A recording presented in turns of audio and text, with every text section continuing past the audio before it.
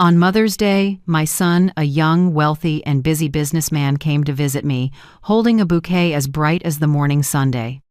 He placed it on the table, looked at me with a gentle but distant expression, and said, "Mom, my wife still sends you $5,000 every month, right? I just want to make sure you're comfortable." I froze. My heart started pounding. $5,000? For the past 8 months, I'd been living on food packages from the church and small donations from kind neighbors. I whispered, my voice trembling, "Son, the church is helping me get by." He stared at me, the smile vanishing from his lips. And then my daughter-in-law appeared radiant in a silk dress, shiny high heels, and a cloud of expensive perfume that drifted through the room like mockery. Her smile was dazzling, but her eyes were colder than any winter I've ever known. She didn't realize that on that very day, the last light of her elegance would fade forever. If you're still listening, tell me where you're watching from. Every comment you leave is another mark in this journey. And if this story has touched you, don't forget to hit like so it can reach even further. My name is Margaret Hayes, a 67-year-old widow living alone in a small house on the outskirts of Dallas, Texas. This house used to be filled with laughter, the place where my husband and I raised our only son, David.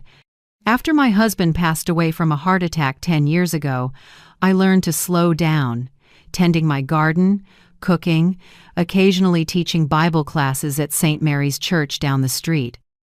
I didn't have much, but it was enough until old age came knocking, and everything grew more expensive with each passing day. David, the boy I once carried in my arms, is now a millionaire at 38. He owns a chain of tech companies, drives a brand new Tesla, and lives in a mansion in Park Cities where the annual property tax alone equals what I've earned in my entire life. I was proud of him, of course. I raised him with these hands, believing he would grow into a good, kind, and grateful man. So when he walked into my house that afternoon, sunlight spilling across his tired but handsome face, my heart warmed until he spoke. "Mom, my wife still sends you $5,000 every month, right?" It felt like someone had sucked the air out of the room. My heart pounded against my ribs, and my fingers clenched the corner of my old apron. I tried to smile, but my lips were dry as dust. $5,000? I repeated, my voice catching. "Son, the church is helping me survive." David's eyes widened, his smile dissolving. He glanced toward the woman who had just entered, Clara, his wife, in a pearl-colored silk dress and shimmering silver heels. The scent of Chanel, no. 5 filled my small living room, overpowering the smell of the apple pie I had just baked to welcome my son. Clara smiled lightly, a smile that could melt a room if it weren't so cold. "Oh, Mother, you must have forgotten," she said sweetly, her voice like honey over ice. "I stop by every month to bring the money, remember?" I looked at her calmly. "If you did bring it, then it must have gotten lost somewhere," I said, barely above a whisper. The room fell silent. I could hear the ticking of the wall clock, the hum of cars outside, and the pounding of my own heart. David looked between us, between the gray-haired mother in her apron and the glamorous wife in her designer dress. His brow furrowed. "Clara, you have been bringing the money, right? I transfer it to you every month." Clara tilted her head, her smile unwavering. "Of course, David. I come here every month." Maybe Mother just forgot. You know, old age. The memory isn't what it used to be. The words were soft as feathers, but they landed on my heart like stone. Old age. I'd heard that phrase too many times since my husband died from people who thought an old widow was nothing but a fading memory. But I knew my memory. I remembered every bill, every prayer, every face at church. And I knew, without a shadow of doubt, that Clara had never given me a single penny. I nodded slightly, choosing silence. Some battles aren't meant to be fought right away, they're meant to be observed. David stood, walked over, and placed a hand on my shoulder. "Mom, it's probably just a misunderstanding. I'll check the accounts." I just want you to live comfortably, without worry." I smiled faintly, but something inside me had awakened a quiet storm of suspicion and resolve. I said nothing more, just cleared the table and placed a glass of orange juice in front of him. As David sat down, Clara moved gracefully to his side, resting a possessive hand on his shoulder. Her gaze swept over me, cool, dismissive, the look of someone who believes money can buy integrity. The air in the room turned cold. Even though the sun outside was blazing, a chill ran down my spine. Clara glanced around the room, her eyes brushing over the old photo frames on the wall. David as a little boy, golden hair, bright eyes, a carefree smile. She exhaled softly. "You've done such a great job keeping the house clean, Mother, even at your age." I smiled faintly. "Old, yes, but not so old that I forget who comes through my door, Clara." David looked at me uneasy. "Mom, come on, it's Mother's Day. Don't get upset. I just want you to be happy." "My son," I said, my eyes still on Clara, "so do I. But happiness doesn't come from what people say they've done for you, it comes from what they've actually done." David froze, and Clara's smile tightened before disappearing altogether. After they left, I sat alone in the living room. Sunlight streamed through the curtains, spreading across the old wooden table. $5,000 a month, 8 months. $40,000.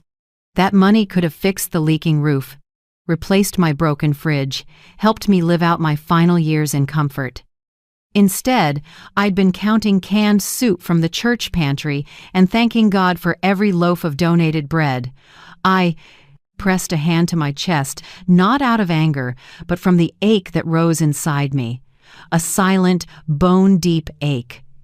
That night, I opened my old notebook, the one where I used to jot down grocery lists and prayers.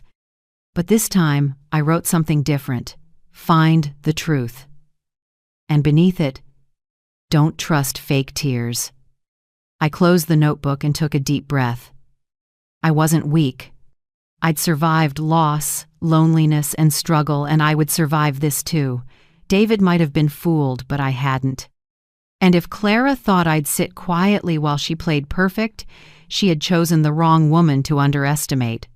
I spent the rest of that afternoon in my small kitchen, sunlight cutting through the curtains into long golden lines across the floor. The jasmine tea on the table had gone cold, but I stayed seated, staring at my old phone, asking myself, could I be wrong? Maybe the bank made a mistake? Maybe Clara sent the money by mail? Or maybe, in a rare moment of confusion, I had simply forgotten? No. I knew every detail, every small gift I had ever received. There had been no letter, no envelope, no money from David. That evening, I pulled out my old accounting ledger, the one I kept from my years as treasurer at the church's women's committee. I flipped through the pages, each line precise: $12 for blood pressure medicine, $24 for utilities, $10 for community dinners at St. Mary's, every expense recorded neatly. No mention of transfer from David Hayes. Nothing. The next morning, I went to First Texas Community Bank, where I still kept a small savings account. I sat across from a young teller named Molly and handed her my passbook. "Please check if there have been any transfers from David Hayes. He says he's been sending me $5,000 each month for the past 8 months." Molly looked surprised, typed a few lines, then shook her head gently. "I'm sorry, Mrs. Hayes, there's nothing. The only activity was a $1.35 interest payment back in February." I nodded, thanked her, and stood up. Outside, the Texas morning wind swept through my gray hair. I stood on the sidewalk, feeling as if a stone had fallen straight through my chest. No transfers, no envelopes, no letters, nothing. For 8 months, I had clipped coupons from the local paper, bought canned soup instead of fresh vegetables, and quietly thanked God every time the church delivered food. I was used to eating alone, counting change before heading to the store, but never, not once, had I imagined that behind my son's silence was a lie. I went home, set my purse down, and sat motionless. The ticking of the wall clock filled the house, the wedding gift my husband had given me 40 years ago. Each slow-moving minute hand seemed to whisper, "The truth is coming." That afternoon I went to St. Mary's Church as usual. Reverend Cole, who'd known me for over 20 years, saw me sitting quietly in the last pew after the service. He walked over, his voice kind. "Mrs. Hayes, are you all right? You look tired today." I smiled faintly, hiding my trembling hands. "I'm just trying to understand why my son's letters never arrived." Reverend Cole placed a hand on my shoulder. "The Lord has a way of bringing truth to light. Don't lose faith." I nodded, but inside, faith wasn't enough anymore. I needed action. That night, I opened a brown leather notebook, David's gift for my 60th birthday. On the first page, instead of a prayer, I wrote, "If they're lying, I'll make them tell the truth through the law." I pressed the pen hard into the paper. Under the lamp, the words glowed like a vow. From that day forward, I began documenting everything. Every time Clara visited, I noted the date, time, and her exact words. Thursday, June 14th, Clara stopped by with a cake. Said, "The money's been sent, maybe the bank's delayed." No envelope. No proof. Saturday, July 12th. Called. Said she couldn't come because of a charity meeting. I heard restaurant music in the background. Line by line, I recorded it all. No anger, no hatred, just the precision of someone who had spent a lifetime balancing numbers, knowing they never lie. The weeks that followed, Clara kept visiting, always flawless. Designer dresses, expensive handbags, sparkling heels. Each time, she brought a small gift. Flowers, cookies, sometimes scented candles, but never an envelope. One afternoon in August, while I was watering the garden, her white Mercedes pulled into the driveway. Clara stepped out, radiant as ever, holding a bunch of lavender. "I brought you some flowers to help you relax," she said sweetly. "Stress isn't good for the memory." I set the watering can down and wiped my hands on my apron. "My memory's just fine, Clara. Fine enough to remember that the last time you brought me money was never." Her face twitched, but she quickly recovered with a bright smile. "Oh, Mother, you must be mistaken. I've been sending it, your bank must be at fault." I smiled and began arranging the flowers. "Maybe, but I already asked the bank. They said nothing's come through for 8 months. Silence. Even the sparrows on the fence stopped chirping. Clara fidgeted with her necklace. "I'll double-check," she said quickly, then hurried back to her car, leaving behind the scent of expensive perfume. I stood there watching the car disappear, a mix of bitterness and clarity filling my chest. She had lied, and now she knew that I knew. That evening I wrote, "Clara, August 22nd, lied. Nervous, left early." Each line felt like a hammer striking the hurt inside me. I was no longer the frail mother praying in silence. I was Margaret Hayes, the woman who had survived loss, debt, and empty promises, and I would survive once more to reclaim the truth.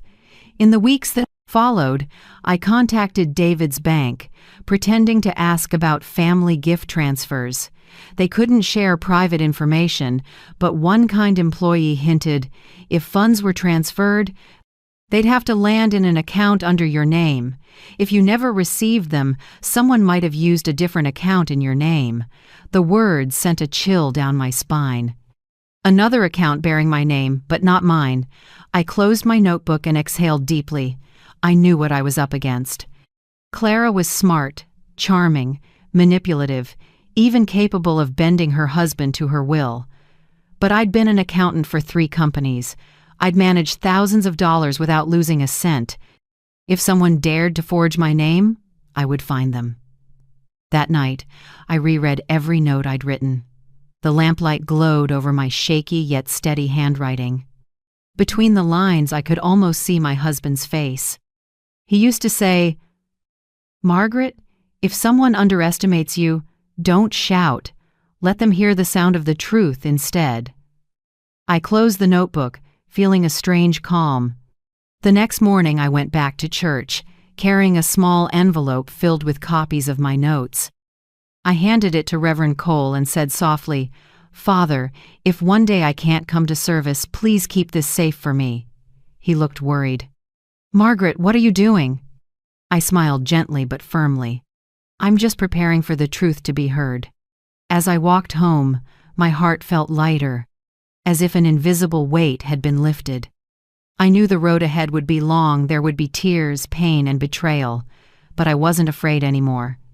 I would get back every single $5,000 they took from me, but more than that, I would reclaim the respect they thought I'd lost with age. As the sun set behind the old oak trees, I sat on my porch, gazing at the burning red horizon. In that golden light, I whispered, "Clara, you picked the wrong woman to fool, and this old mother still has a few lessons left to teach you." I smiled faintly, closed my notebook, and wrote one last line at the bottom of the page. "The first step toward justice is memory." And in the Texas dusk, I knew my fight had just begun. That morning the Texas air was warmer than usual. The wind carried the scent of dry grass and jasmine from the vine I'd planted behind the porch. I was trimming my lavender bushes when I heard the low, smooth sound of an expensive engine approaching. The crunch of tires on the gravel driveway made my heart tighten slightly. A brand new silver Lexus stopped at the gate, its polished paint gleaming so brightly I had to squint. The door opened, and Clara stepped out stunning, as if she'd just walked out of a fashion magazine. She wore a cream linen dress, oversized sunglasses, and mirror-shiny heels. In her right hand, she carried a large gift basket wrapped with a golden ribbon. She smiled, her voice sweet as honey layered over steel.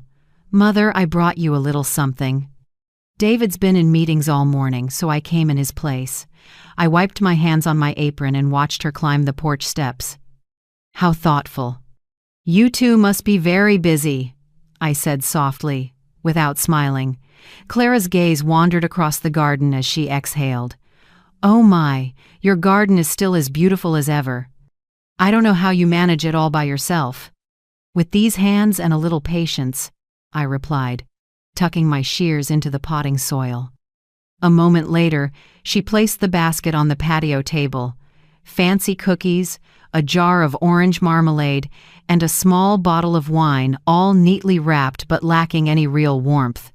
I knew that kind of gift, expensive, pretty, and empty. I sat down in the wooden chair, poured 2 glasses of iced tea, and looked her straight in the eye. "Clara, let me ask you something. Where's this month's money? The $5,000 you said you'd bring over?" For a split second, her smile froze, barely noticeable, like a passing cloud. Then she laughed, a sharp, hollow sound like glass tapping glass. "Oh, Mother, I must have left it in the car." Her voice pitched slightly higher as she fidgeted with the glass of tea without drinking it. I glanced toward the driveway, where the Lexus gleamed under the Sunday. The reflection off the hood highlighted every smooth curve of the car. A brand new vehicle with temporary plates, clearly a recent purchase. I smiled slowly. "Nice car, Clara. Must have cost quite a bit." She shrugged, her laugh brittle. "Oh, not really, Mother. I just upgraded for convenience. My boutique work requires a professional image." "Of course," I said calmly. "A new car for work, and old envelopes that keep getting left in the car." How odd. Her face stiffened for half a second before she forced another smile. "Oh, Mother, you don't trust me anymore. Next time I'll bring the bank receipt, all right?" I didn't reply. We sat there quietly, the porch fan whirring softly above us. The sound of cicadas in the yard filled the silence like a restless hum. Clara stood first, pretending to check her watch. "I have to run. I've got a client meeting. But don't worry, I'll remind David to resend the money through the bank. I'm sorry for any small mix-up." I nodded.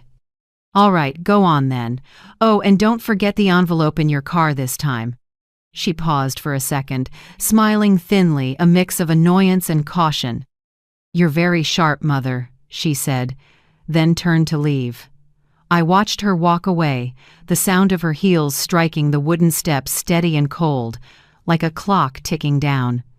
The car door slammed shut, the engine started, and the Lexus disappeared down the road, leaving a streak of blinding sunlight behind. When the sound of the car faded, I sat back down, my fingers interlaced, a heavy weight pressed against my chest. I no longer had doubts, I knew for sure. I rose and walked back into the house. Each step across the wooden floor echoed like a heartbeat in my mind.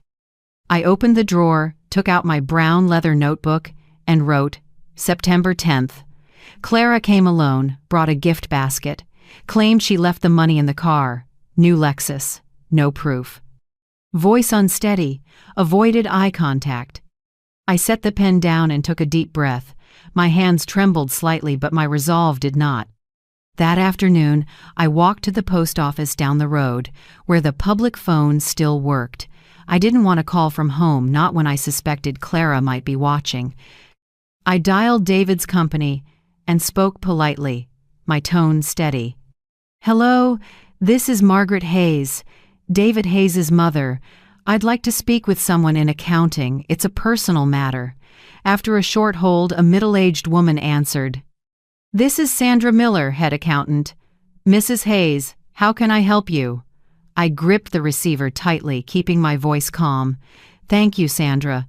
I just need to confirm something small. My son said his company has been deducting $5,000 each month from his personal account to send to me. I'd like to know if that's correct. There was a short pause. Then Sandra spoke, her tone hesitant. Mrs. Hayes, I can't disclose personal financial details, but let me check. Yes, I recall seeing automated transfers on the same day every month for that exact amount. It does appear that the money was sent, but I'm not sure to whom. To whom? I repeated. It wasn't sent to me? I'm not certain, Mrs. Hayes. The recipient's name matches yours, but the account number is different. I assumed it was yours. A chill ran down my spine. I forced myself to speak evenly. Thank you, Sandra. That's all I needed for now. I hung up and stood motionless in the phone booth. My heart raced, but my mind was clear as glass. There it was, the truth. Someone had created a fake account under my name. And only one person was close enough to pull that off. Clara. On the walk home, my shadow stretched long across the road. The wind carried the scent of scorched grass and dry earth, a smell that reminded me of poor Texas summers long ago, when my father used to say, if you want to know who's honest, look at their hands. Honest hands always show the marks of work. I thought of Clara's hands, long, manicured fingers, diamond rings, holding designer handbags, not a single callus, not a trace of real labor. That night I skipped dinner. I made a cup of peppermint tea and sat at the kitchen table under the warm yellow light. The house was so quiet I could hear the last cicadas outside fading into the night. I opened a new page and wrote, September 10th. Clara visited, elegant and pretending to care. New car, same lies. Called David's company, confirmed. The money's still being transferred, but not to my account. Tomorrow the truth begins to surface. I put down the pen and closed the notebook. The small lamp reflected my shadow in the window pane. A silver-haired woman, small in stature but with eyes that still burned bright. I knew that starting tomorrow, I wouldn't just be a waiting mother anymore. I would be a seeker of justice. I turned off the light and stepped out onto the porch. The night breeze carried the scent of jasmine and damp wood. In the corner of the garden, moonlight fell on the old wooden bench where my husband and I used to sit and talk. I touched its worn armrest and whispered, Frank, if you were still here, you'd tell me to do what's right, wouldn't you? The only reply was the whisper of wind beneath the eaves, but I understood. It was an answer, I went back inside, locked the door, and stood quietly in front of the mirror. The woman staring back wasn't tired or defeated. She was Margaret Hayes, a mother who would never again let anyone take her dignity. And I knew that when morning came, Clara's game would start to fall apart piece by piece. The next morning, while I was cutting lavender stems to dry, a sudden, firm knock echoed at the door. Not the soft tap of a mail carrier or neighbor. This was steady, deliberate. I wiped my hands on my apron and went to open it. Standing on the porch was a tall, middle-aged man with graying hair, dressed neatly in a charcoal suit that looked a little travel-worn. He smiled politely and gave a small nod. "Mrs. Margaret Hayes? I'm Bennett, chief accountant at your son's company, Hayes and Partners." I narrowed my eyes slightly. "You're Bennett? I only know Sandra, the accountant I spoke to on the phone." He nodded. "Yes, Sandra is my assistant. She told me about your call yesterday, and I thought, perhaps you should know a few things." His voice was calm but serious, tinged with regret. I invited him inside and poured a glass of water. Morning light streamed through the window, catching the lines on his face, the look of a man who'd seen more than he wished to. He set his leather briefcase on the table and opened it. Inside was a thick folder, neatly clipped and organized. I saw sharp-printed text, rows of numbers, the familiar language of accounting, my world for 30 years before retirement. He slid the folder toward me and spoke slowly. "These are copies of 8 transfers, each for $5,000, $40,000 total. Recipient, an account under the name Clara Hayes." It felt like a bucket of ice water had been poured over me. My hands shook as I flipped through each page. The papers were clear. Sender, David Hayes. Recipient, Clara Hayes. Verified by the bank. Same date every month. Steady as clockwork for 8 months. I looked up, my voice hoarse. "Mr. Bennett, who opened that account?" He sighed, removed his glasses and wiped them with a cloth. "Your daughter-in-law, Mrs. Hayes. Every document for the sub-account bears her signature and a signed authorization from David." I froze. "Authorization? You mean David gave her permission to use my name?" He nodded. "Most likely he didn't read the forms carefully. She presented an ID copy of you, which I suspect was forged, very sophisticated. The system automatically registered it as your account, even though the recipient was her." I pressed a hand to my forehead, the room spinning slightly. It wasn't just betrayal, it was humiliation. For 8 months, Clara had used my name, a mother's name, to siphon money from my own son. I asked quietly, "And David? He doesn't know?" Bennett hesitated before answering. "Honestly, I don't think so. David's a hard-working man, but he trusts people too easily. He lets Clara handle most of the paperwork. And..." He paused and looked up at me. "She's also been using the company credit card for personal expenses." I stared at him. "The company card?" "Yes. The corporate credit card of Hayes and Partners. Supposed to be for client entertainment and business expenses, but recently we found irregular charges, spa visits, jewelry, clothing, even first-class flights to New York. Over $30,000 in just 3 months. I sat in silence. The words spa, jewelry, flights echoed in my head like a hammer striking metal. I turned to look out the window. The morning sun glowed over the wooden bench where Clara and I once sat drinking tea while she chatted about her work. I remembered her voice that day. "Mother, David's so busy. I handle everything for him." Now I knew. Everything meant every dollar. I turned back to Bennett, my voice raspy but firm. "Mr. Bennett, if I want to expose this, will you help me?" He met my gaze, his gray-blue eyes steady. "Mrs. Hayes, I believe in justice, but I also believe in evidence. We need to prepare carefully. Otherwise, she'll twist the narrative and turn David against you. Clara is not an easy opponent." I nodded. "I know. I've seen her do it before, smiling while she lies. Bennett gave a faint, grim smile. "I'll help, but give me time to gather everything. I need to pull all transaction histories, related documents, and secure written confirmation from the bank that the account isn't yours. It'll take a few days, but I promise we'll have the truth." I looked at him, and in his eyes, I saw something I hadn't seen in anyone for a long time: integrity. "Thank you, Mr. Bennett," I said softly. "You have no idea how much this means to me." He closed the folder and stood. "I'm just doing what's right, Mrs. Hayes. And, I'm sorry to say this, but cases like yours happen more often than you'd think. Many people are betrayed by those closest to them." I nodded, my eyes landing on a framed family photo on the wall. David, at 10 years old, grinning beside his father. I remembered that day clearly. It had rained lightly, and my husband had said, "Teach him to tell the difference between good men and smooth talkers, Maggie.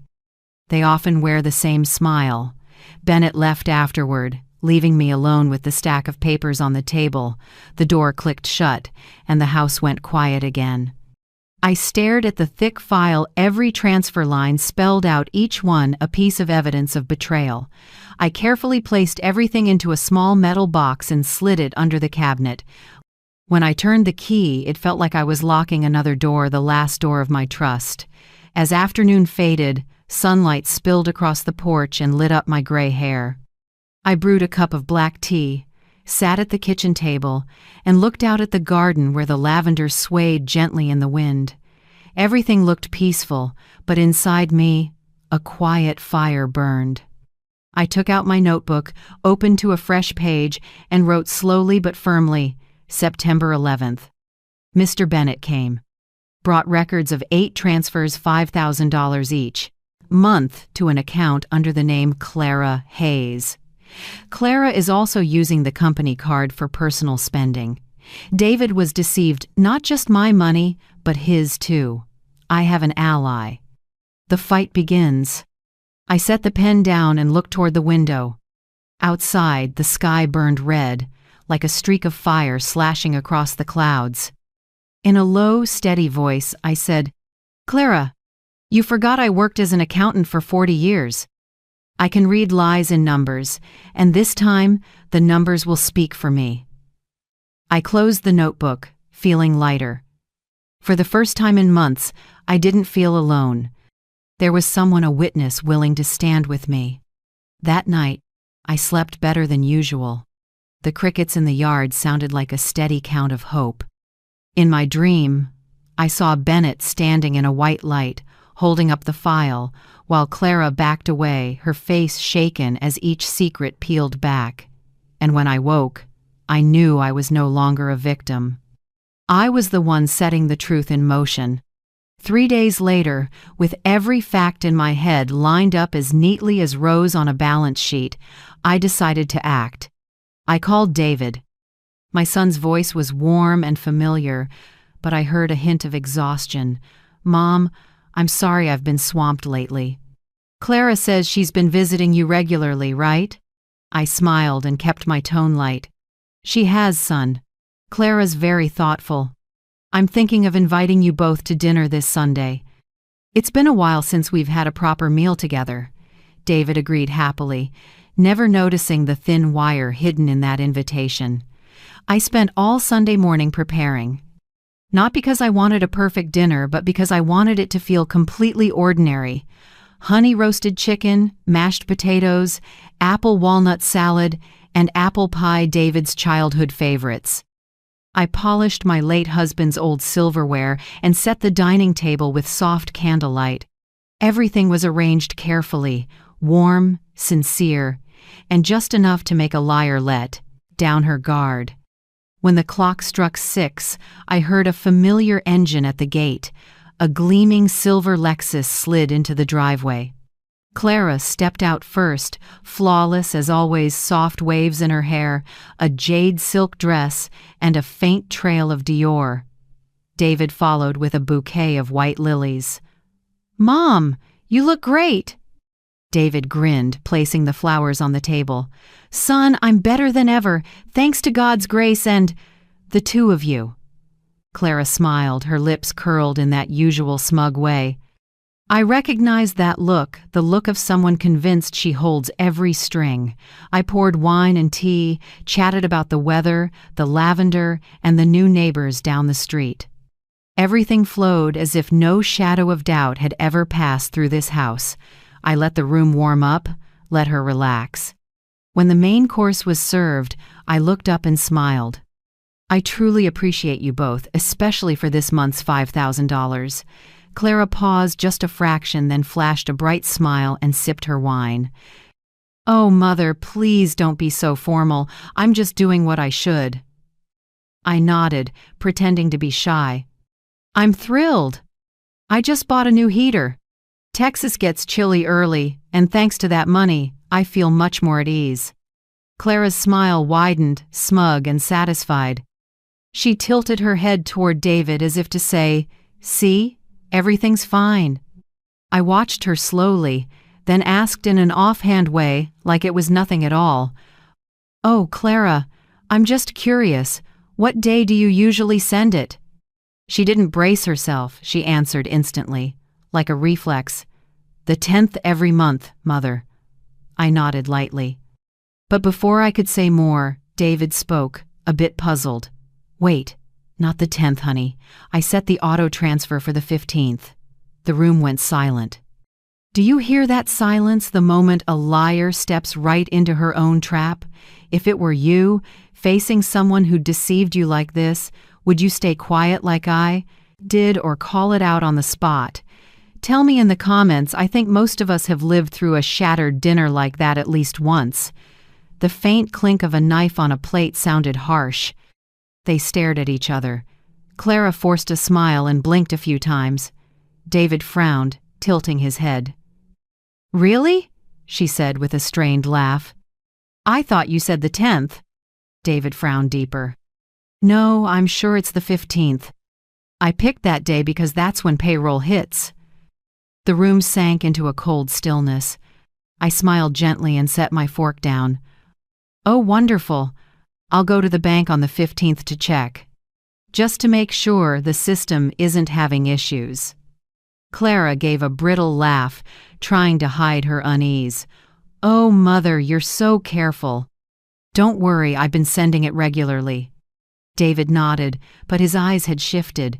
He turned to his wife, about to say something, but she quickly changed the subject to work and the weather. I sat quietly, watching them both. Inside me was a clean, perfect calm, the calm of someone who knows she's set the exact right trap. After dinner, I brought out dessert crisp apple pie, cinnamon drifting through the room. David praised it. Clara barely ate, glancing at her watch as if eager to leave. I knew she was struggling to breathe in a room she thought she controlled. At the door, I said softly, "Thank you both for coming. I haven't laughed this much in a long time. Remember, I'll check the account on the 15th just to be sure the bank system isn't acting up." Clara forced a smile. "Yes, Mother. I'm sure there won't be any problem." David kissed my cheek, his eyes gentle as always. But I saw something else there, a thin new line of doubt. When the Lexus pulled away, I stood in the doorway, watching the taillights fade. The night wind moved through the yard, rattling the wooden door. I went back inside and closed it softly. What I felt wasn't triumph, it was release. I went straight to the small office off the kitchen and turned on the computer. The glow from the screen caught my husband's photo. His kind smile felt like a quiet push forward. I opened my email and wrote to the only two people I trusted now, Bennett, the honest accountant, and Amelia Rowe, my old college friend, who now specializes in financial fraud. I typed slowly, heartbeat steady, eyes clear. Subject: It's time to begin. Bennett. Amelia. Everything's ready. I just confirmed Clara lied about the transfer date. They think I believe them, but they contradicted each other right to my face. I want us to move forward with the plan. Please start checking all transactions and prepare the comparison file. By the 15th, I want every piece of evidence lined up. It's time for her to self-destruct. Margaret. I reread the last line and smiled faintly. There was something about self-destruct that made me feel lighter, not from vengeance, but because justice would come from the liar's own hands. I hit send and leaned back. Outside, the night breeze stirred the curtains with the scent of jasmine and damp soil. I closed my eyes and listened to the clock ticking, counting down to the 15th, the day the truth would begin to crack through. 2 days later, Bennett replied. The email was short, just like him. I obtained confirmation from the bank. The account under your name was opened by Clara with forged documents. They'll release data once we have a subpoena. Amelia will handle that. Everything is moving in the right direction, B. I read it, feeling my chest tighten and then loosen like hearing an old iron gate swing open. I'm not cruel. I just want the truth spoken so my son can wake up. I want David to understand that trust is not a blank check for someone to drain until nothing is left. That night, I opened my notebook and added one more line as a small ritual. September 13th, dinner. Went perfectly. Clara exposed herself. David began to doubt. 15th bank check. Justice is coming, soft as a breeze. I closed the notebook and blew out the candle.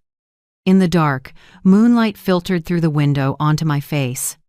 I looked in the mirror and saw a silver-haired woman, slight but bright-eyed. And I whispered slowly, to myself, or maybe to my husband, long gone. Frank, do you see? She thinks she's clever, but her own mouth tightened the noose. All I have to do is stay quiet and wait for the 15th. I smiled a small smile, warm enough to fill the room. The trap was set, and the prey was walking in. The next morning, the Texas sky was startlingly clear. I sat by the window with a cup of hot jasmine tea, strangely calm. Today was the day Bennett had promised to send everything. In just a few hours, every lie would have a shape black ink on white paper. Around 8 o'clock, the phone rang. It was Bennett. Mrs. Hayes, his voice steady and low. It's all done. I just sent you the full statements with related invoices. Amelia has reviewed them, she says, with your signature. We can open a legal case. I thanked him softly, trying to keep my voice from shaking. I never imagined that at my age I'd need an accountant and a lawyer just to protect the money my son intended for me. 15 minutes later, the mail carrier knocked. A large, sealed manila envelope stamped, confidential, Hayes financial record. I set it on the table and stared at it for a long moment before opening it. Inside were dozens of clean printouts, 8 transfers, each for $5,000, $40,000 in total. Sender: David Hayes. Recipient: Clara Hayes. Bold, even lines on official bank paper. I read them twice and still felt disbelief, as if the numbers were laughing at my faith. At the bottom, Bennett's blue ink note: Mrs. Clara Hayes used this as a personal account. In addition to the 8 transfers, there are other charges. Via the secondary card, spa, shopping, travel, and a new car lease. Total spending over 8 months, $47,800. I sat still. Morning light slipped through the blinds and laid a pale gold over the pages, the color of truth. I turned to the next sheet. A spa receipt in Houston for $1,200. Cancun travel for 2 people, $3,600. A new Lexus purchase with a $15,000 down payment. Each receipt was a small knife. I remembered her walking into my house, perfumed and polished, holding gifts, smiling softly, saying, "Mother, I just want you to know I care for you like my own." Now I understood care meant draining every dollar under my name.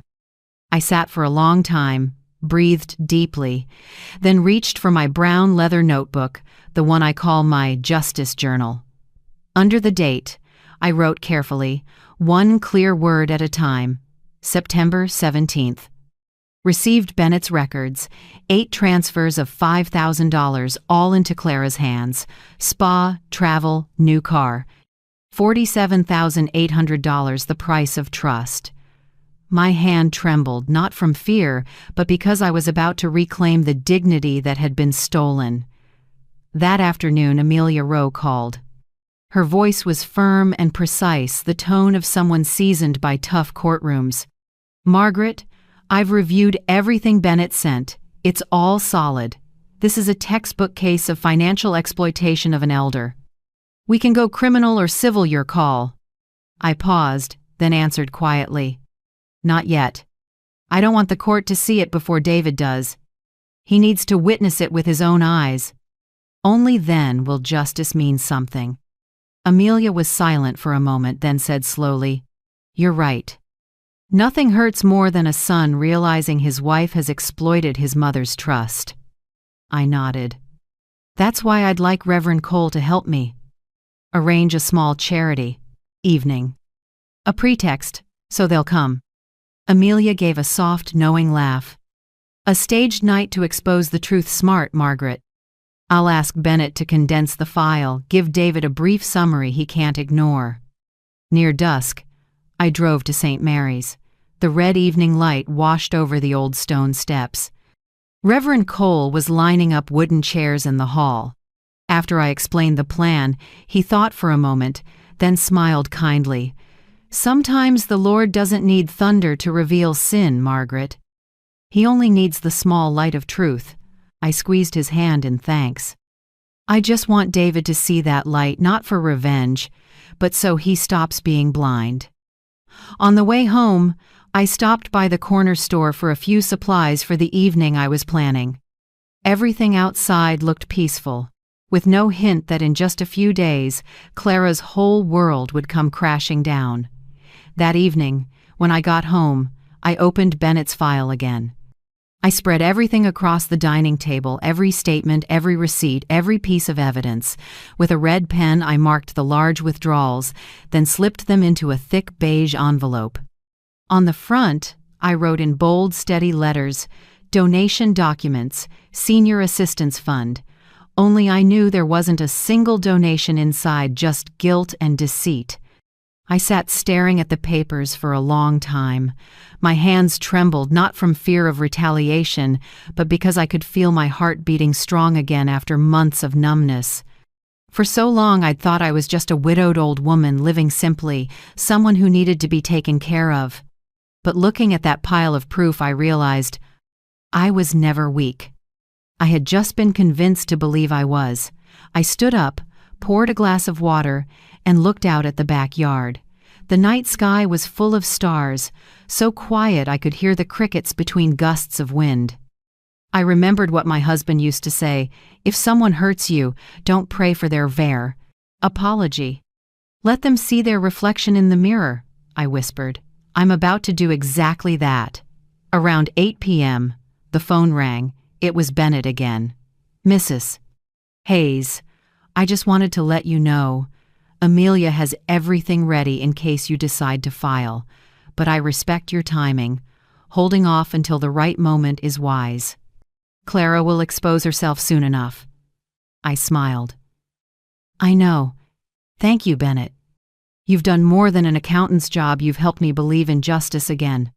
After hanging up, I locked the file away in the cabinet, just under the drawer that held my family photos. On top, I left a small note. "This is evidence not just of fraud, but of a mother who refuses to stay silent." Then I closed the drawer and turned the key, hearing the soft click, a small sound, but final, like a promise kept. That night, I wrote one short line in my notebook, like a quiet summary. Bennett gathered statements, receipts, travel tickets, and the new car papers. Clara spent over $40,000, all from the mother's allowance account. Amelia confirmed. Enough proof for an elder financial exploitation case. But I won't take it to court yet. My son needs to see it first. Reverend Cole will help stage the fake charity dinner. The envelope will sit in the center of the table. My hands tremble, not from fear, but because I'm about to reclaim my dignity. Tonight, I'll sleep in peace. I set the pen down and exhaled. The desk lamp cast a warm glow over an old family photo me with David when he was little, back when his smile was pure, untouched by ambition or that sweet-faced woman beside him now. I touched the frame gently and whispered, "You once told me, Mom, you're the person I trust most in the world. I'll make you remember that." I turned off the light and walked slowly to my bedroom. The night breeze slipped through the curtains, carrying the faint scent of lavender from the garden. I lay down, pulled the blanket over me, and felt light, as if the months of humiliation had finally lifted. For the first time in 8 long months, I slept peacefully. Not because Clara hadn't yet faced punishment, but because I knew the truth was on my side. I had never loved a Sunday evening more. The late Texas sunlight poured over the small garden, turning the lavender vines golden. In the kitchen, the pot of red wine beef stew simmered softly, filling the house with the aroma of herbs. It was David's favorite dish since childhood. I still remembered how, every birthday, he'd ask for it because Mom's stew tastes better than any restaurant. This time, I wasn't cooking out of love, but as part of a ritual.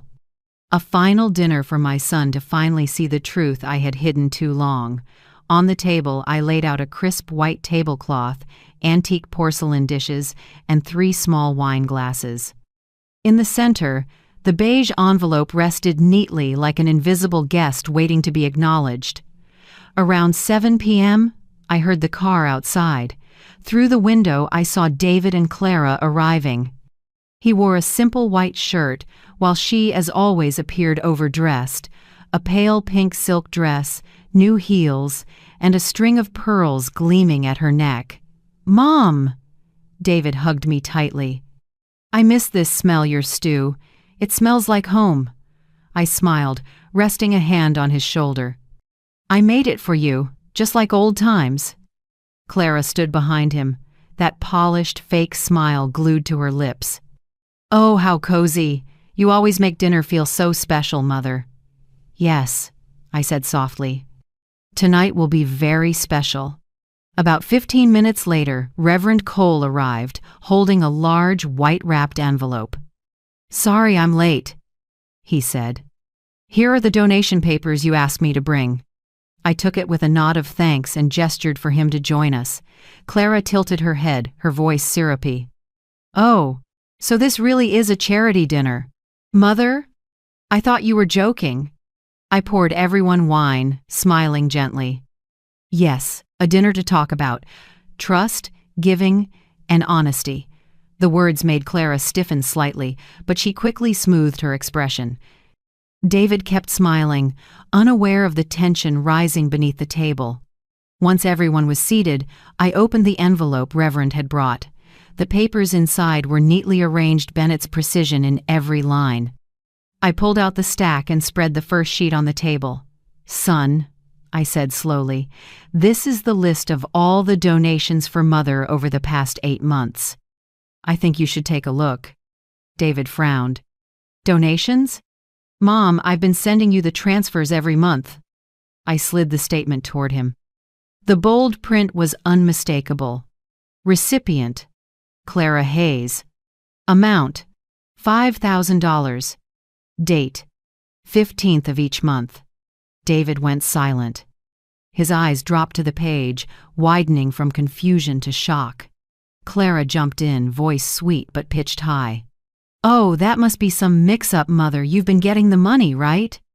"Banks make mistakes with recipient names all the time." I kept my voice calm. "Is that so? Then how about this spa bill in Houston, around $1,200, charged to the secondary card under your name? Was that the bank's mistake too?" Her face stiffened, but she forced a laugh. "Oh dear, maybe someone used my name by accident." Before she could finish, a deep male voice came from the doorway. "No, Mrs. Hayes, no one used your name by accident. I'm the one who prepared those records." Everyone turned.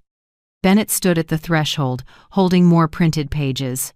I had asked him to come, but hadn't told anyone else. Clara's face went pale. David looked at him, confused. "Who are you?" "I'm Bennett," he said firmly. chief accountant at your firm and the one your mother authorized to investigate the transfers made under her name." The air froze. I rose, facing Clara. "Bennett can verify every amount, every signature, every transaction. 8 transfers, 5,000 each. Not once did they reach me." David turned to his wife, voice breaking. "Clara, what is this?" She grabbed his hand, tears welling up. I just borrowed it, that's all. I was going to pay it back. I didn't want to upset your mother." I sighed softly. 8 months of borrowing? And by forging bank papers under your mother-in-law's name?" Clara sobbed harder, but her tears didn't carry guilt, only desperation. David pulled his hand away, eyes burning. "What did you do to my mother?" he shouted, voice shaking with fury. "I sent that money so she could live comfortably. You used it for cars, spas, vacations, and lied to my face?" Clara stepped back, face drained of color. "You don't understand, Enough." David slammed his palm on the table. The glass rattled sharply. The room fell silent, only Clara's ragged breathing and my pounding heartbeat filled the air. Reverend Cole, who had sat quietly the whole time, folded his hands and spoke in a low, steady tone. "Sometimes God doesn't need to punish the guilty. He just lets them see their true reflection." I sat back down and looked at Clara, my voice calm. "You know, I didn't need that money. What I needed was respect. And you took that not just from me, but from your husband too." Clara sobbed, stammering, "Mother, I'm sorry. I just wanted to help David manage things better. I didn't mean." I shook my head. "Stop lying. You didn't manage, you stole." Bennett stepped forward, placing the final file in front of David. "These are the originals, Mr. Hayes. Forged authorizations, bank records, and receipts. Keep them. You'll need them to protect what's yours." David said nothing. He stared at the numbers, then lifted his eyes to me. In them, I saw pain, shame, and the first spark of awakening.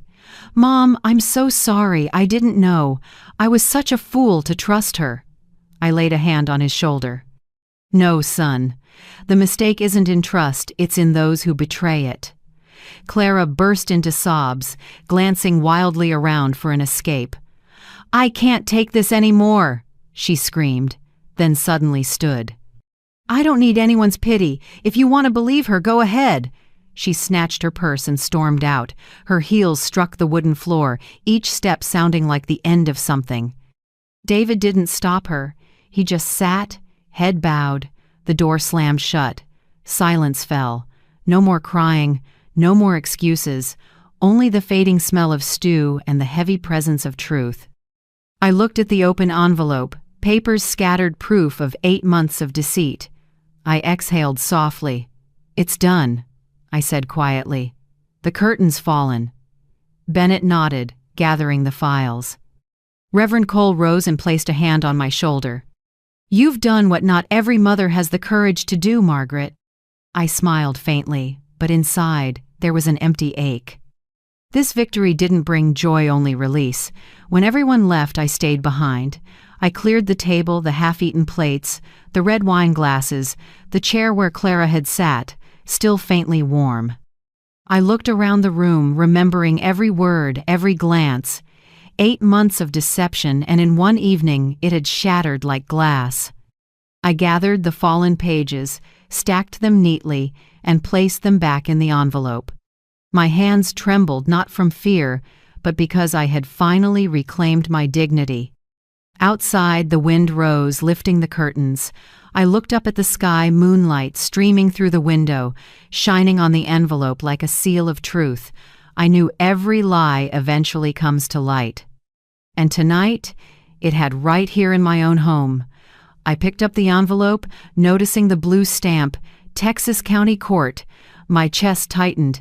I'd known this would come, but seeing it made my heart heavy. Inside was the official notice. Case No. 2-3CF98. 1. Margaret Hayes, plaintiff versus Clara Hayes, defendant. Elder financial exploitation and family fraud. Amelia had moved faster than I expected. She'd sent a short message. All evidence filed. Prepare for preliminary hearing next Monday. I set the letter on the table. Afternoon light filtered through the blinds, falling across Bennett's thick folder from the week before. I touched its smooth cover, cold to the touch, but holding 8 months of betrayal inside. Justice was close. But strangely, I felt no satisfaction. The morning of the hearing, the sky was gray. The wind sharp like something about to break. I arrived early with Amelia. She wore a brown coat, her face stern but full of resolve. "You holding up, Margaret?" she asked as we walked into the main hall. I pressed my lips together. "I am. I just wish it didn't have to come to this." The courthouse hallway was long, tiled in glossy white, smelling faintly of coffee, paper, and tension. It was unfamiliar, but somehow it made me feel safe. When we entered the courtroom, Clara was already there. She sat at the defendant's table in a black suit, hair neatly tied back, her face pale but her eyes pretending calm. Beside her sat a young lawyer, nervous, likely hired last minute. David sat behind them, alone and silent. He didn't look at me or at her. His eyes were sunken, tired, and hollow. When I sat down, Clara glanced over and gave a faint smile, a mix of defiance and despair. The judge struck the gavel.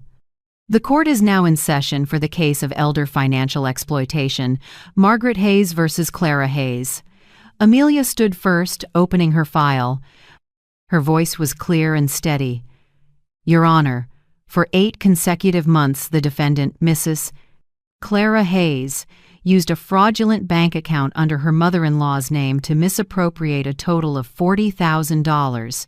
Additionally, the defendant used a company's secondary credit card belonging to Hayes and Partners for personal expenses, including spa services, travel, and a private vehicle purchase."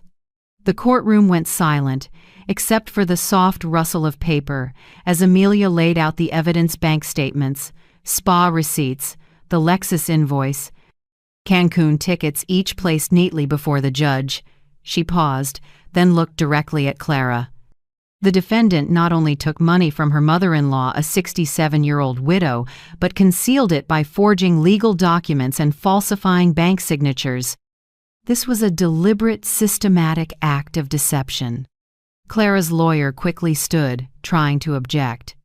"Your Honor, my client maintains this was merely a misunderstanding in household financial management.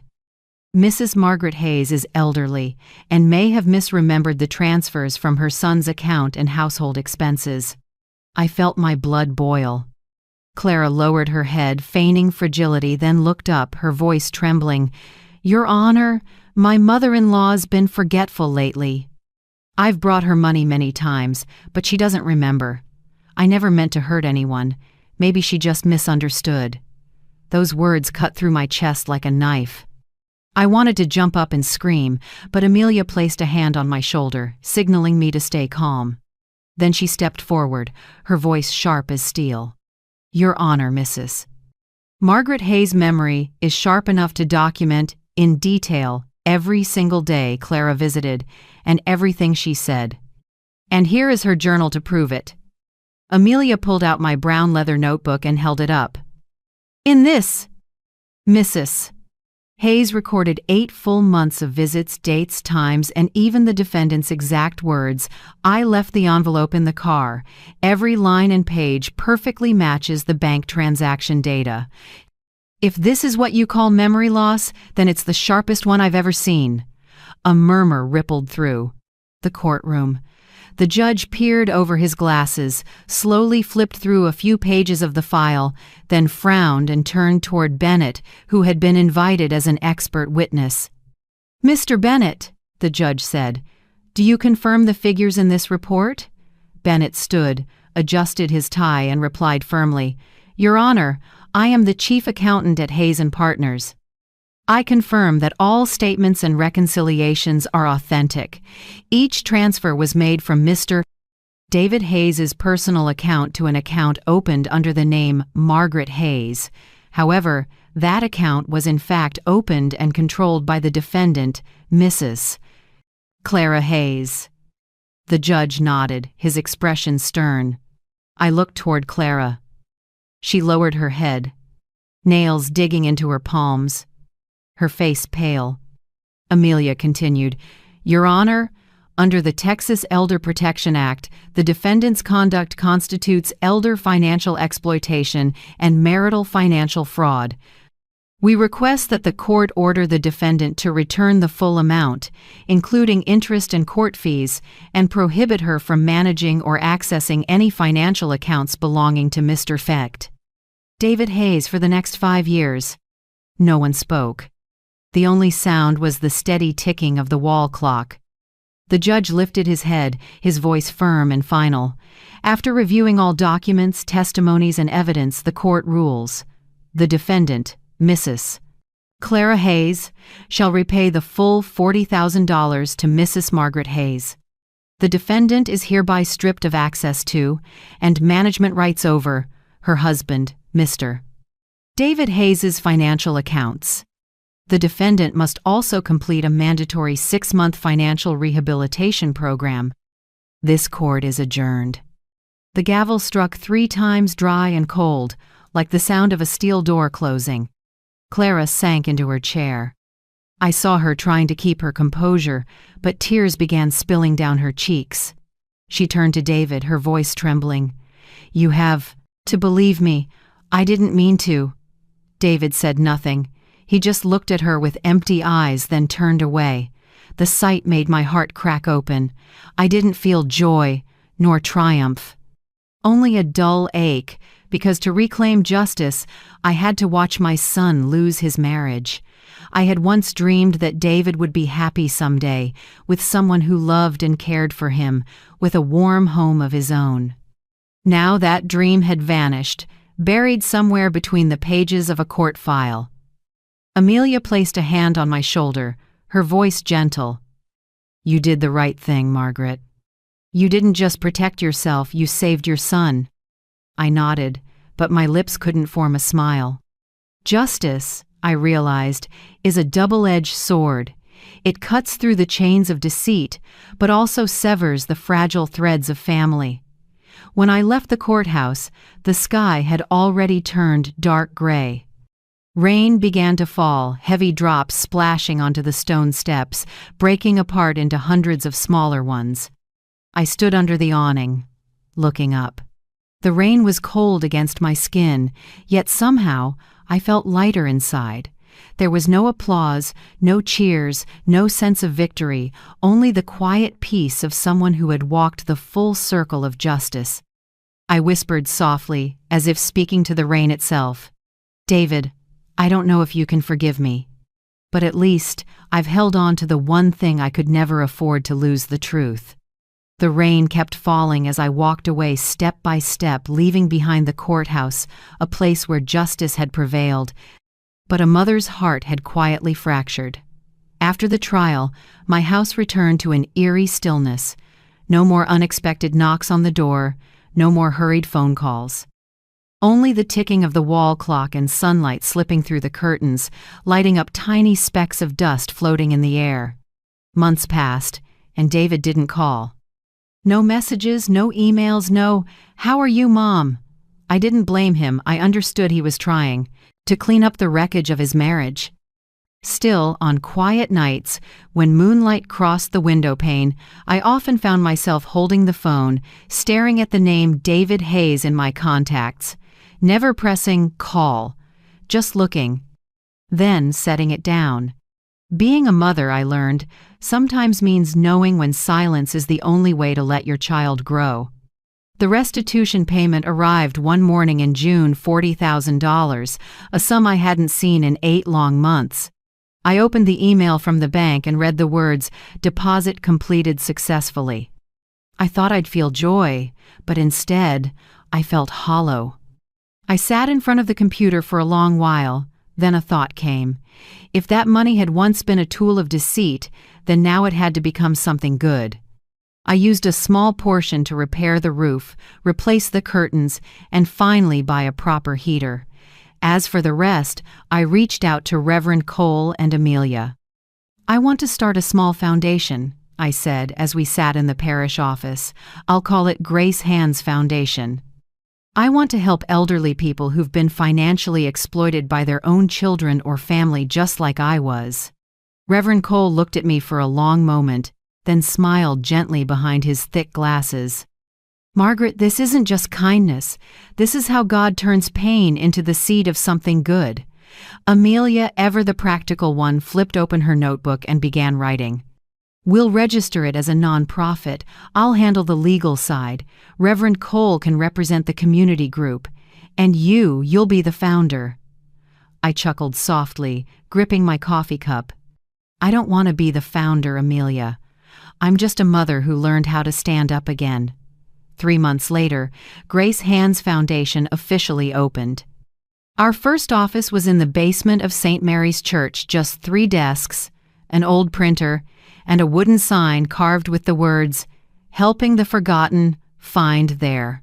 Voice Again."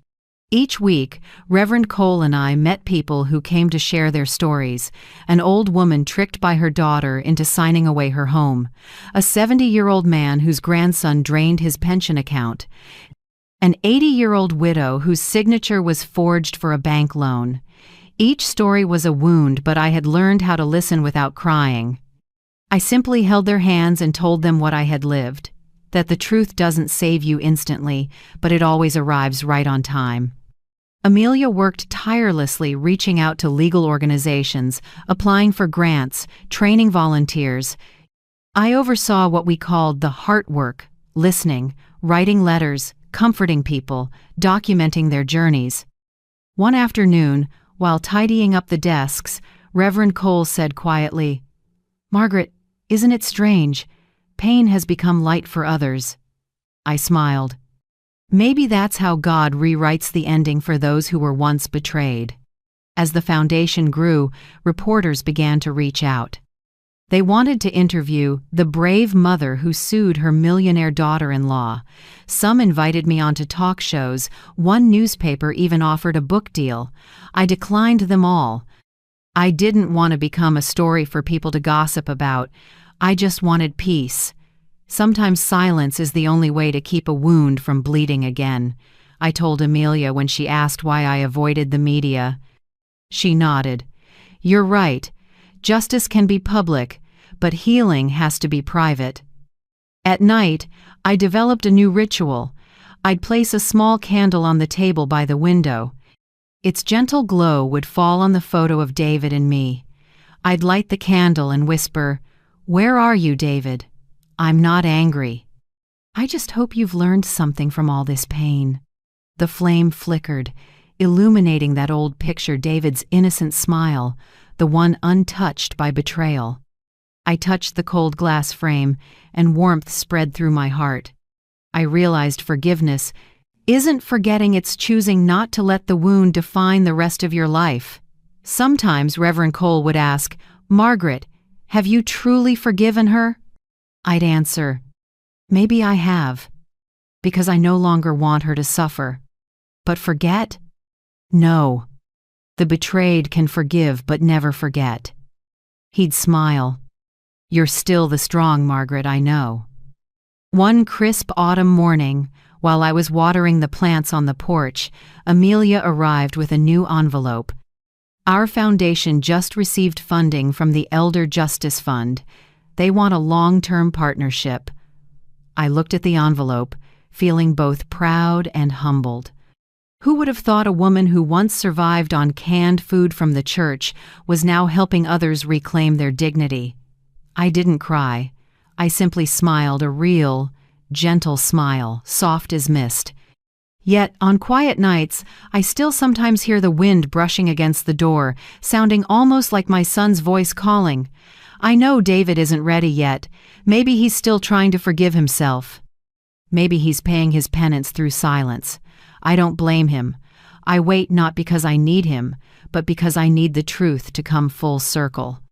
The truth about motherhood, trust, and a love that survives even betrayal. I believe that one day, when my son knocks on my door, I will still open it not because I've forgotten everything, but because I've learned to love without letting myself be broken again. I light the candle, watching its flickering glow dance across the frame. Outside, the wind carries the scent of lavender into the room. I whisper, like a prayer, "My son, I don't need you to apologize. I just hope you remember this trust is the most precious gift we have, and once it's lost, it can take a lifetime to find again." The flame shrinks to a thin golden thread, but I stay there, watching until it fades completely. My heart strangely calm, because I know the storm has passed, and this stillness is mine. That night, rain poured steadily from dusk till midnight. Wind lashed against the windows, scattering the lavender pots I had brought in earlier that morning. The yellow lamp in the living room reflected on the wet glass, glimmering like fragments of the memories I'd been sorting away for months. I was sitting by the window, reviewing the donation files for next week's Grace Hands Foundation meeting, when I heard a knock, soft but insistent, carrying the chill of the storm. I looked up. It was past 10 p.m. At my age, few people knock that late unless... I walked to the door, my hand trembling as I turned the latch. The door swung open, wind rushing in, rain splattering onto my coat, and there under the downpour stood David. He was drenched, hair plastered to his forehead, eyes red and weary. In that instant, time froze. The boy I once held in my arms, the one I taught to tie his shoelaces, now stood before me, trembling like a lost child. "Mom," his voice cracked. "Mom, I'm sorry. I've been so stupid." Before I could respond, he stepped inside and sank to his knees on the wet floor. A broken sob escaped him raw, unguarded. He buried his face in his hands, his shoulders shaking. And I just stood there, looking at my son, the man who once thought he understood everything, now crumbling in the very house where he was raised to value honesty. I knelt beside him, placed a hand on his shoulder, and said softly, "David, get up, son. Everyone stumbles. Forgiveness isn't forgetting, it's saving yourself." He lifted his head, tears mixing with rain, streaming down his face. "I don't deserve your forgiveness. I doubted you, let her manipulate me, stayed silent while you suffered. Mom, I lost everything." I shook my head gently, guiding him to the sofa, drying his hair with a towel as I used to when he was little. Each motion was slow, tender, as if moving too fast might shatter the fragile moment of reconnection. "I don't need your apology," I said quietly. "I just need you to remember truth never arrives late. It only waits until we're brave enough to face it." He said nothing, only stared at the flickering fireplace.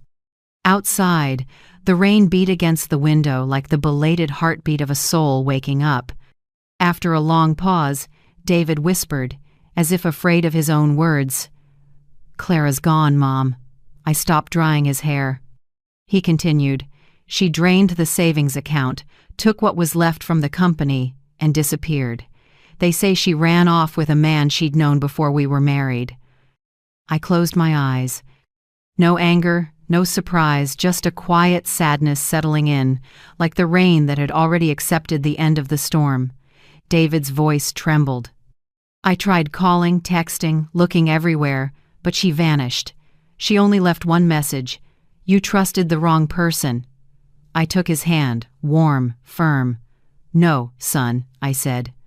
"You just realized the truth too late, but even when trust is broken, it's still what separates us from those who deceive."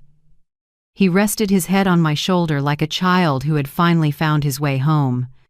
I felt his breath, uneven but real. Then came a soft sob. "I lost everything, Mom, my career, my money, my dignity." I stroked his hair, my voice calm.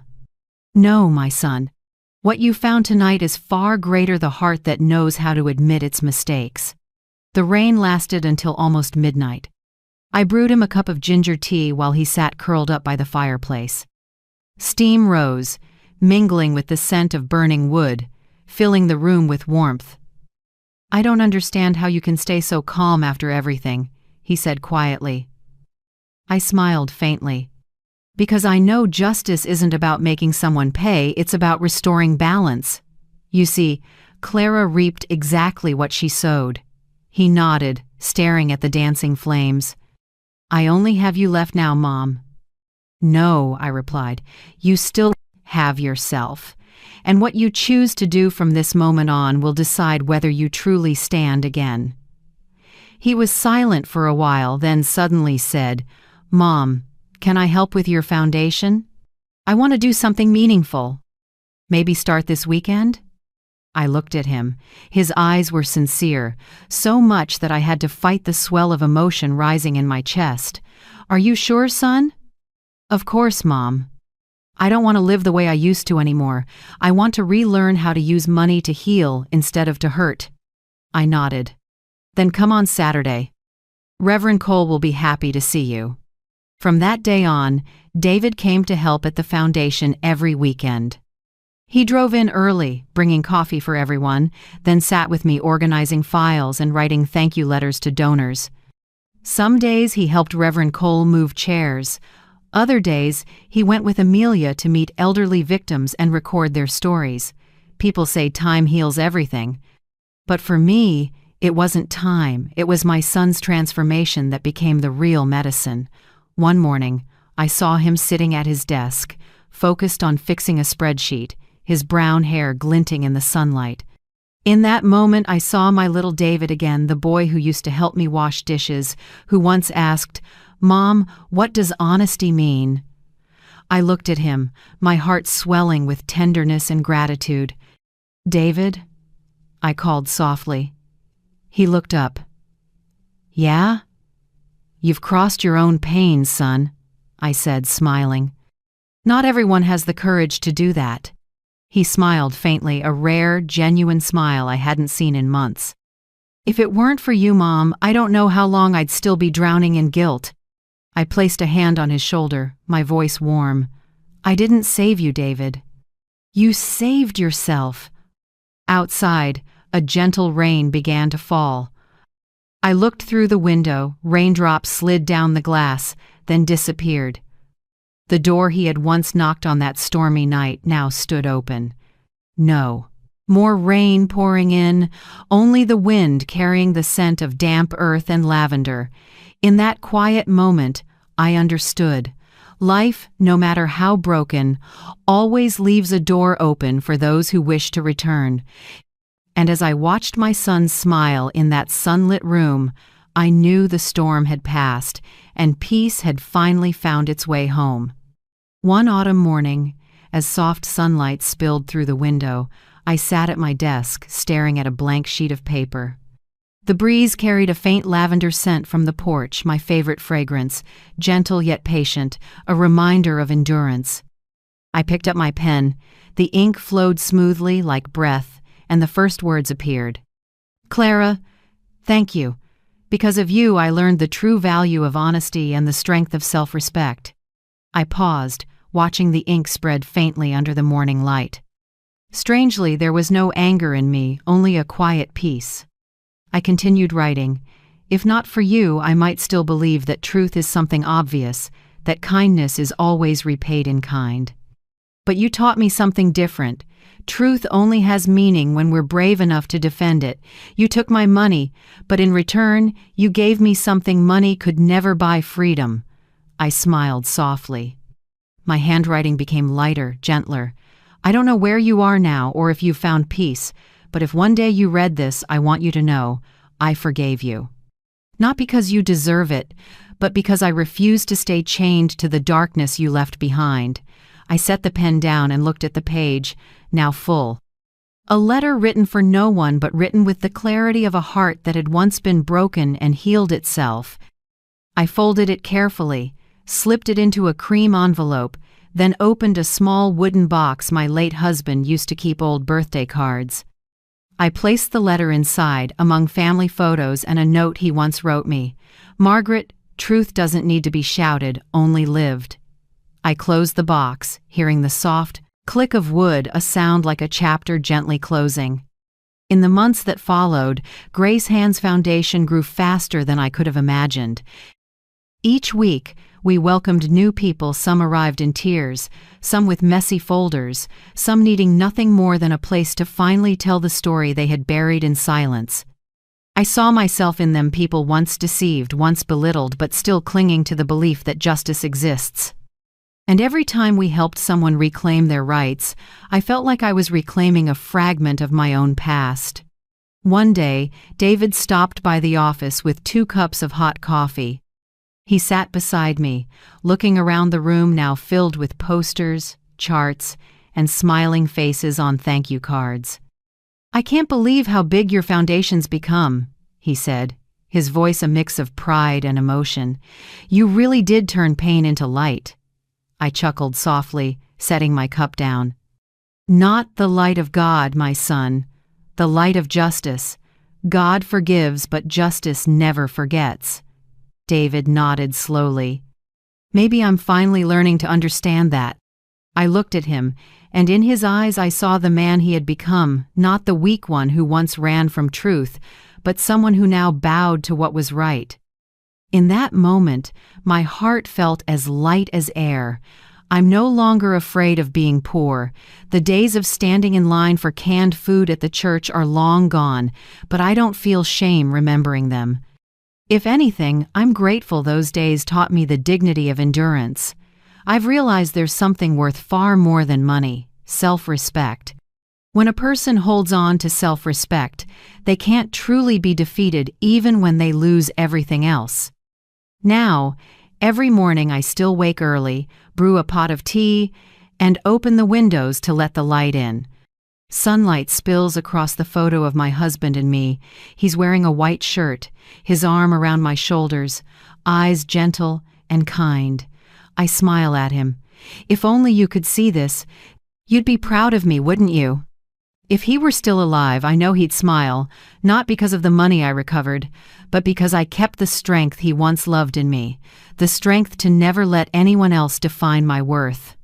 That evening, after David left the office, I stayed behind, opened the old journal that had followed me through this journey, and wrote the final line: "The thief is gone, but the lesson remains."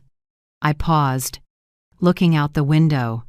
The sky was turning pale orange, raindrops tapping softly on the roof. I heard the distant church bells ringing slow, deep, like time breathing. I closed the journal, feeling as though I'd finished a prayer. No need for revenge, no need for applause, just the peace of knowing that even in a cruel world, honesty still has a place to stand. I blew out the candle beside the photo frame. Its light dimmed, leaving a faint trace of wax in the air. And in the darkness, I whispered to myself, "Thank you, Clara. Thank you for taking everything from me so I could finally learn that the most important thing in life isn't holding on. It's learning how to rise again." A year later, Texas bloomed into spring. Lavender flourished by the porch, and the morning sky turned the soft blue of silk. I was brewing tea when the phone rang, a call from Austin. A woman's cheerful voice came through. "Mrs. Margaret Hayes? Congratulations!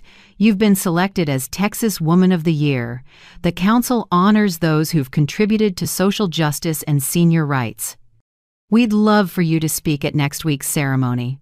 I froze for a moment, not from pride but disbelief. A year ago, I was a 67-year-old widow living off church aid. Now, they called me a symbol of peaceful justice. Life, it seems, always finds a way to turn when you keep believing in the truth. The ceremony was held in the grand hall of the city courthouse. I chose a light blue dress, simple, like the life I now lived. No glamour, no pretense. When I stepped onto the stage, applause filled the room. Among the crowd, I saw David in the second row, wearing a white shirt, his eyes glowing with pride I hadn't seen since he was a boy. The host smiled. Mrs. Margaret Hayes, the founder of Grace Hand's Foundation, a woman who turned personal pain into a force for justice, helping dozens of seniors reclaim their dignity. I walked to the wooden podium. my hands slightly trembling but my voice steady. "Thank you," I began. "But today I'm not telling my story. I'm telling the story of an unnamed mother who was deceived by her own daughter-in-law who lost both her money and her trust." The hall went silent.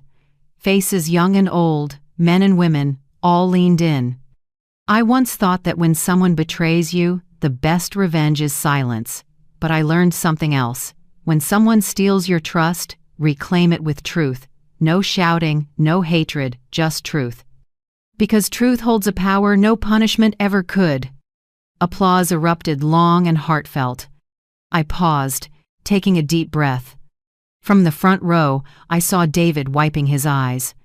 The look on his face almost broke me, not out of pity, but because I knew he finally understood. When I spoke again, my voice softened, warm and low, like a message for everyone who'd ever been broken by betrayal. Justice isn't just what happens in court. It begins the moment you find the courage to say, "Enough," even when the one who's wronged you is someone you love. That's the bravest act any mother, any father, or any human being can do. After the ceremony, there were photos, handshakes, bouquets. I don't remember all the faces, but I remember the feeling, a deep peace. No bitterness, no resentment, just quiet fulfillment. As I stepped outside, light rain began to fall. Texas skies always knew how to remind me that even in the rain, there's light. I stood under the awning, watching the drops glimmer under the streetlights, my heart lighter than ever. David came up beside me, draping his jacket over my shoulders. "Mom," he said softly, "I've never seen you shine like this." I smiled, holding his hand. "It's not because of the award, son. It's because you're here like the old days. Only now, you truly understand what honesty means." He smiled back, eyes still misty. "I do, Mom, and I promise I'll live by it." I looked up at the sky. The rain still fell, but it no longer felt cold. Inside me, a small light rose, the light of faith, of freedom, of new beginnings. That night, back home, I sat at my desk and opened my worn journal. I wrote the final line, "A mother's greatest victory isn't winning in court, it's teaching her child the value of honesty." I closed the book, listening to the wind outside, the faint scent of rain still clinging to the roof. On the table, the small candle flickered, casting a soft glow over the family photo, my husband, me, and little David. 3 faces in one frame, 3 moments in time, bound by one truth. Love never dies, it just changes form. I smiled. My life was no longer loud, rich, or grand, but it was full in its own quiet, peaceful way. And if you're still here with me listening, maybe sitting in your own quiet room tonight, I want to say this. Thank you for staying with me until the very end of my story. If you've ever faced injustice or betrayal within your own family, share your story in the comments below. I truly want to hear it, because maybe your voice today could help someone else find hope tomorrow. And if you believe, as I always have, that the truth will always find its way home, please, subscribe, and stay for the next stories. I'll tell you about women, about mothers, about those who once fell but rose again through the light of justice and compassion. From Texas, with all my gratitude and love, I'm Margaret Hayes, a mother who found happiness in her own peaceful way.